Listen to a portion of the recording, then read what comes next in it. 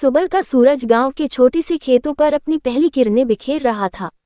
हवा में मिट्टी की खुशबू घुली हुई थी। इसी मिट्टी से अपनी पहचान बनाने वाला था रामू, गांव का एक साधारण किसान, लेकिन उसका दिल असाधारण उम्मीदों से भरा हुआ। रामू हर दिन की तरह अपने खेत पर पहुंचा, मगर आज उसके चेहरे पर हल्की सी चिंता थी। इस साल बारिश बहुत कम हुई थी, फसल अधूरी थी और उधर बैंक का कर्ज सिर पर पहाड़ बनकर खड़ा था।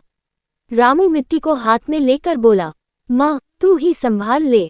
उसके शब्दों में थकान भी थी और उम्मीद भी। पास में उसका छोटा बेटा सोनू खेल रहा था, हाथ में लकड़ी का हल लिए वह बोला, बाबा जब मैं बड़ा हो जाऊंगा न, आपके जैसा मेहनती किसान बनूंगा। रामू ने मुस्कुराकर उसका सिर सहलाया, पर दिल के अंदर कहीं डर था। क्या वह अपने बेटे के लिए एक बेहतर कल बना पाएगा? दिन बीतते गए, बादल आते दिखते पर बरसते नहीं।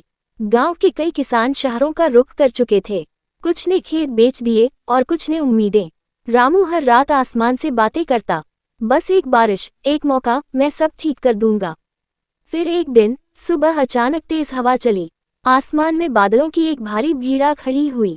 गांव में हलचल मच गई, बारिश आने वाली है। रामू दौड़कर अपने खेत पहुंचा। पहली बूंद गिरी और उसके चेहरे पर मुस्कान खिल उठी। कुछ ही पलों में आसमान फट पड़ा। तेज बारिश ने सूखी मिट्टी को जीवंत कर दिया।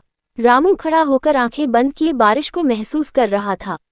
उसकी हथेलियों में गिरती हर बूंद जैसे कह रही थी, तू हार मत मान, मैं हूं तेरे साथ।